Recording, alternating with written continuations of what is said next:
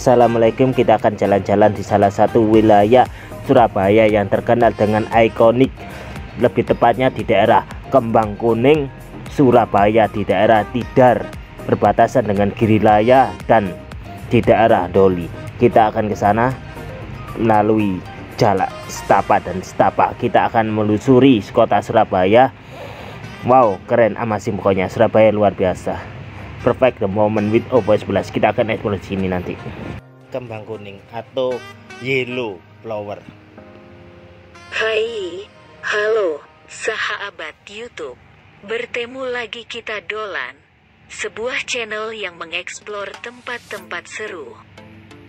Agar orang yang hidup di daerah tertinggal dan daerah mewah, daerah pantai juga daerah kota juga perdesaan, agar bisa mengetahui tempat bagus dan keren dan tak kalah dengan yang lain.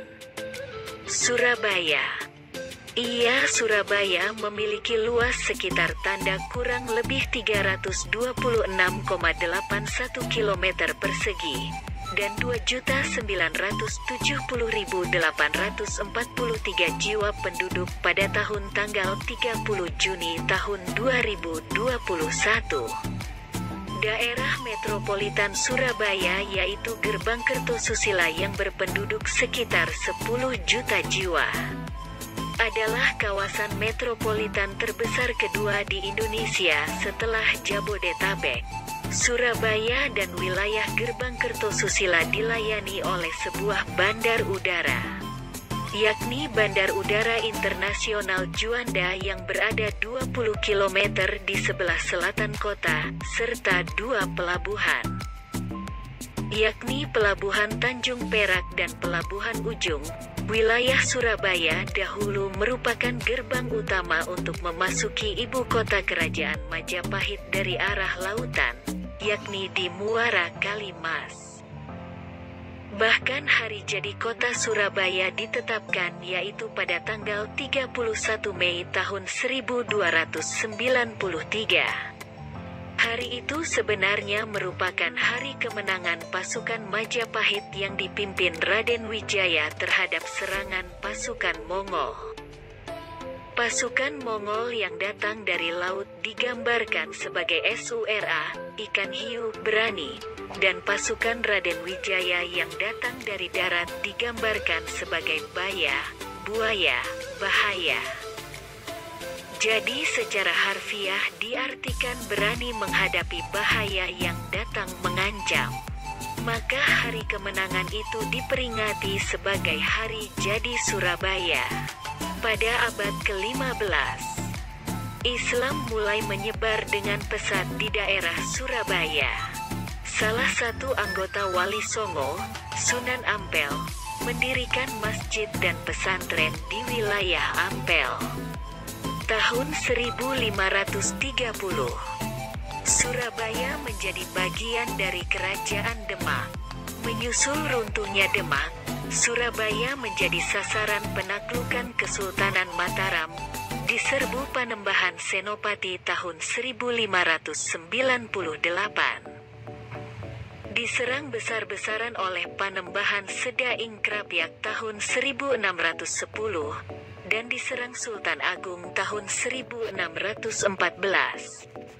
Pemblokan aliran sungai berantas oleh Sultan Agung akhirnya memaksa Surabaya menyerah. Suatu tulisan VOC tahun 1620 menggambarkan Surabaya sebagai wilayah yang kaya dan berkuasa. Panjang lingkarannya sekitar 5 mijelen Belanda, sekitar 37 km, dikelilingi kanal dan diperkuat meriam. Tahun tersebut, untuk melawan Mataram, tentaranya sebesar 30.000 prajurit. Surabaya terkenal dengan sebutan kota pahlawan karena sejarahnya yang sangat diperhitungkan dalam perjuangan arek-arek Surabaya, pemuda-pemuda Surabaya, dalam mempertahankan kemerdekaan bangsa Indonesia dari serangan penjajah.